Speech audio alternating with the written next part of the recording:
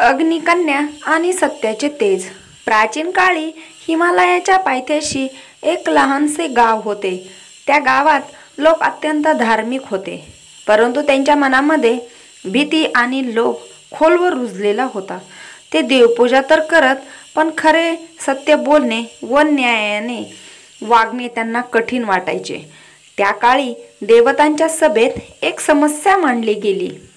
मानव प्रार्थना करतात, हवन करतात, पण सत्याचा दीप त्यांच्या अंतःकरणात दिसत नाही. मग त्यांच्या प्रार्थना आम्हाला कशा पोहोचतील? तेव्हा अग्निदेव पुढे आले व म्हणाले, मी सत्याचा साक्षी आहे. खोटे दाभांकिता माझ्या ज्वाळेत जळून नष्ट होतात. मी माझ्या तेजातून एक कन्या पृथ्वीवर पाठवतो, जिला सत्याची परीक्षा घ्यायची ताकद असेल. अशा रीतीने अग्निकन्या पृथ्वीवर जन्मली. तिच्या डोळ्यात अग्नीची ज्योत होती.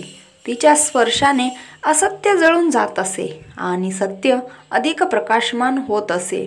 ती गावोगावी जाऊन लोकांना म्हणायची, जो सत्य बोलतो त्याला माझे तेज थंड सावलीसारखे भासेल, पण जो खोटे बोलेल त्याला मी भस्म करीन. लोकांना भीती वाटली. गावातील राजा मात्र गर्विष्ठ व स्वार्थी होता. त्याने जाहीर केले, मी नेहमी सत्याचाच मार्ग धरतो. ही कन्या माझ्यासमोर सिद्ध करू शकत असेल तर करू दे. अग्निकन्येने त्याला विचारले, राजा, तू म्हणतोस तुझ्या राज्यात न्याय आहे, पण तुझ्या कायद्यांच्या डोळ्यात बघ, तिथे अन्यायाची ज्वाला पेटलेली आहे. तू खरंच सत्यवान आहेस का? राजा खोटं बोलला. माझ्या राज्यात कोणीही अन्याय भोगत नाही. क्षणात अग्निकन्येच्या डोळ्यातून तेजस्वी ज्वाला बाहेर पडली आणि राजाचा सिंहासन भस्मात झाला. राजा थरथर कापू लागला. लोकांना उमगलं, सत्य लपवता येत नाही. राजा नम्र झाला व म्हणाला, मला माझ्या चुका कळल्या. मी आता न्यायाने राज्य करेल. त्या दिवसापासून गावात असत्याचे साम्राज्य संपले.